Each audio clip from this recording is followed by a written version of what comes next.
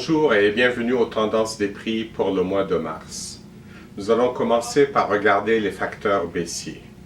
D'abord le Brésil, une récolte record de soya est en train d'être battue là-bas. On pense qu'elle atteindra 108 millions de tonnes, ce qui est 11% de plus que l'an passé, et le battage est déjà complété à 62%.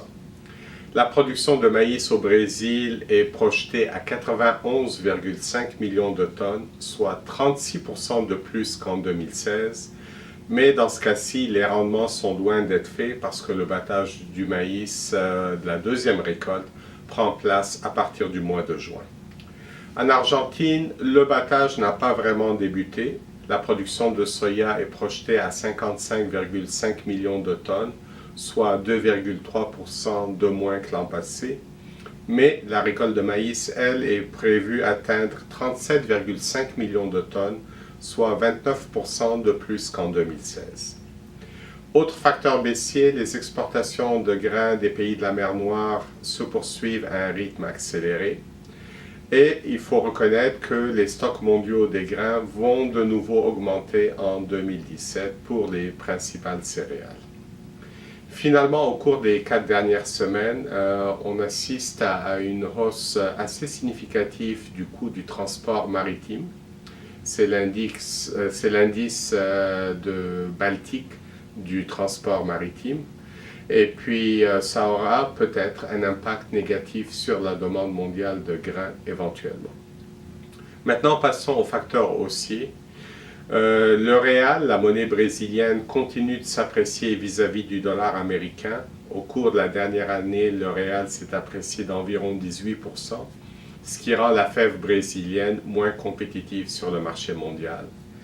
Et l'autre facteur haussier, c'est toujours la Chine qui bat record après record pour les importations de soya, qui sont prévues atteindre 87 millions de tonnes en 2016-2017. Maintenant, il y a des facteurs qui méritent d'être suivis. D'abord, évidemment, le rapport sur les intentions d'ensemencement aux États-Unis qui sera publié le 31 mars. Est-ce qu'on aura 88 millions d'acres de soya comme l'USDA l'a dit en février ou plus? Et est-ce qu'on aura 90 millions d'acres de maïs? Il faudra surveiller cela dans quelques jours. Le rythme des exportations des grains des États-Unis est toujours très rapide. Pourtant, l'USDA a abaissé la prévision pour les exportations de soya de 25 millions de boisseaux ce mois-ci, ce qui a quand même surpris le marché. Notre scénario de prix, il est toujours neutre à court terme, mais il devient baissier à moyen terme. Les bases du maïs au Québec en dollars américains sont toujours positives malgré notre surplus causé par une production abondante l'automne passé. La commercialisation du maïs cette année est très similaire au rythme de l'an passé.